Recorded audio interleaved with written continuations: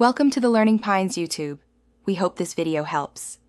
In this video, I will explain how to change your Lexus IS250 oil.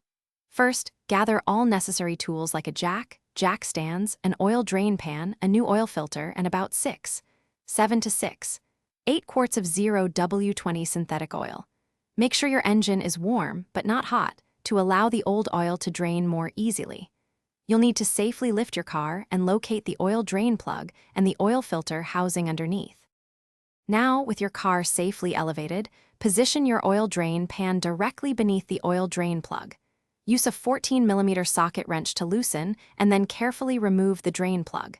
Be ready for the oil to come out quickly. Let all the old engine oil drain completely into the pan.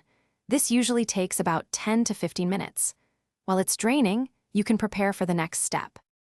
Once the oil has drained, move your drain pan under the oil filter housing. Use a special oil filter wrench to remove the old filter. Install your new oil filter, ensuring the new O-ring is properly seated and lubricated with fresh oil. Replace the drain plug with a new gasket and tighten it to 30 foot-pounds.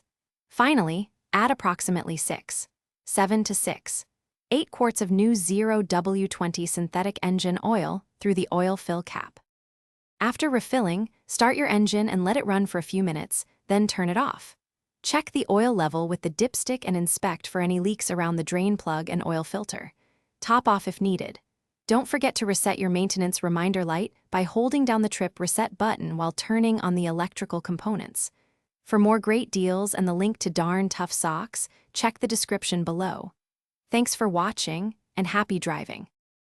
Thanks for watching. Consider subscribing if we helped you.